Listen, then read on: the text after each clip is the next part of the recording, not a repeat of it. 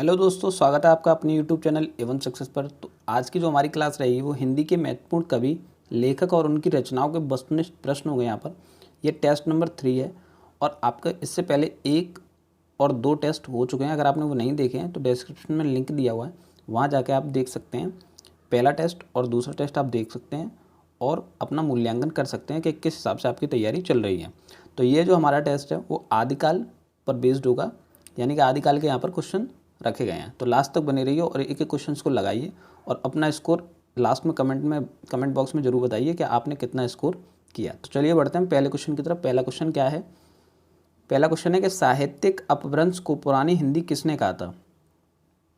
साहित्यिक अपभ्रंश को पुरानी हिंदी किसने कहा था? ऑप्शन ए है राहुल सांकृत्यायन, ऑप्शन बी है आचार्य रामचंद्र शुक्ल जी, ऑप्शन सी है चंद्रधर शर्मा गुलेरी जी, ऑप्शन डी है शिव सिंह सेंगर।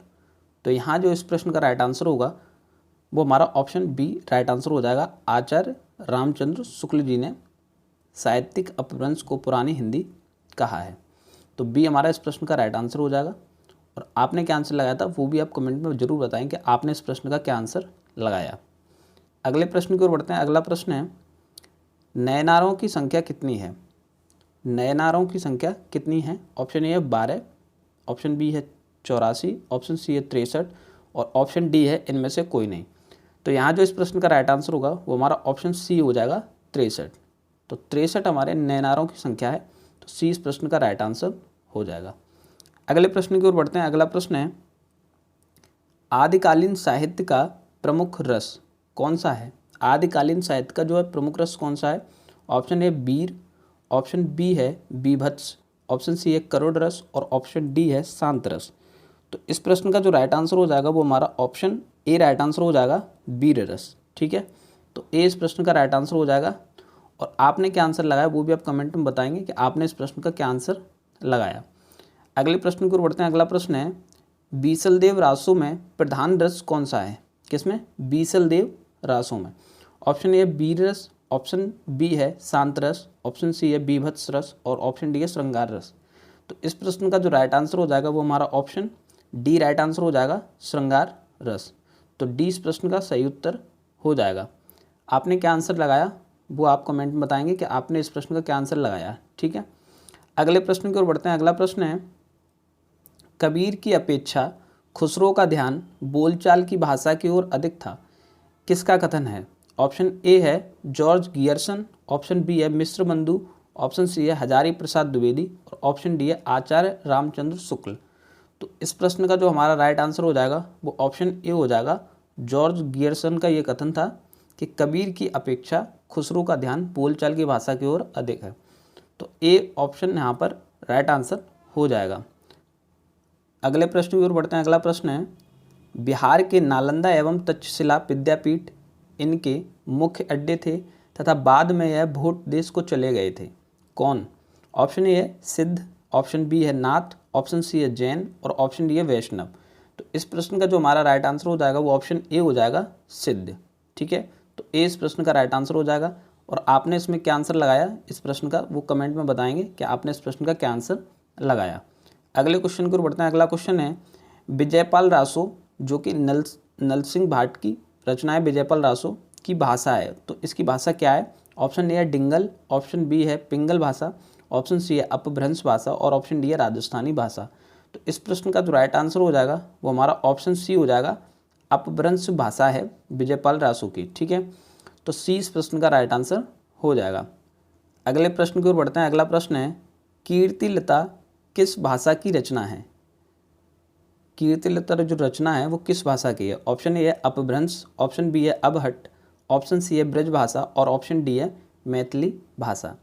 तो यहाँ जो इस प्रश्न का राइट आंसर होगा वो ऑप्शन बी हो जाएगा, अबहट्ट। ठीक है, बी ऑप्शन हमारा इस क्वेश्चन का जो है राइट आंसर हो जाएगा। आपने क्या आंसर लगाया वो भी आप कमेंट में बताएंगे आपने इस प्रश्न का क्या आंसर लगाया। ठीक है, अगले प्रश्न की ओर बढ़ते हैं। अगला प्रश्न है, आदिकाल में किस कवि ने अबहट्ट भाषा में रचना की? ऑप्शन ए है मंझन, ऑप्शन बी है अमीर खुसरो, ऑप्शन सी है अब्दुल रहमान और ऑप्शन डी है कुतुबन।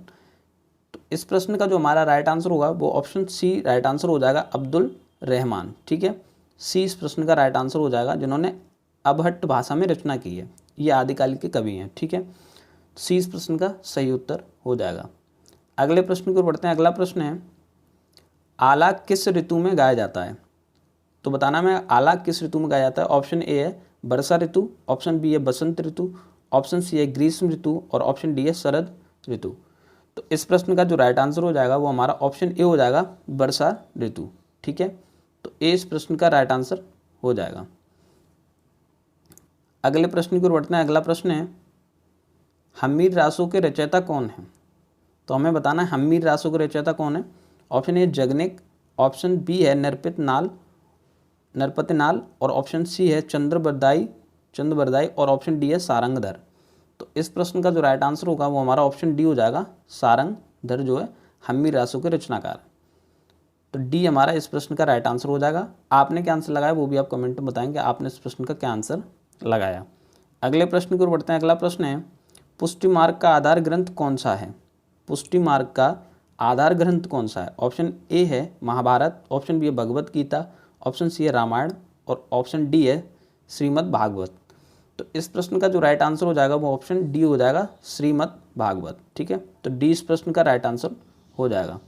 अगले प्रश्न की ओर बढ़ते हैं। अगला प्रश्न है, हिंदी साहित्य के आदिकाल का अभिनव जयदेव किसे कहा जाता है? हिंदी साहित्य के आदिकाल का अभिनव जयदेव किसे कहा जाता है? ऑप्शन ए है चंद्रबरदाई, ऑप्शन बी है अज्ञात, ऑप्शन सी है विद्यापति और ऑप्शन डी है पुष्पदंत। तो इस प्रश्न का जो हमारा राइट आंसर होगा वो ऑप्शन सी हमारा राइट आंसर हो जाएगा, विद्यापति को अभिनव जयदेव कहा जाता है। ठीक है, सी इस प्रश्न का राइट आंसर हो जाएगा। आपने क्या आंसर लगाया वो भी आप कमेंट में बताएं कि आपने इस प्रश्न का क्या आंसर लगाया। अगले क्वेश्चन की ओर बढ़ते हैं। अगला क्वेश्चन है, संदेश रासक के रचयिता कौन है? संदेश रासक के रचयिता कौन है?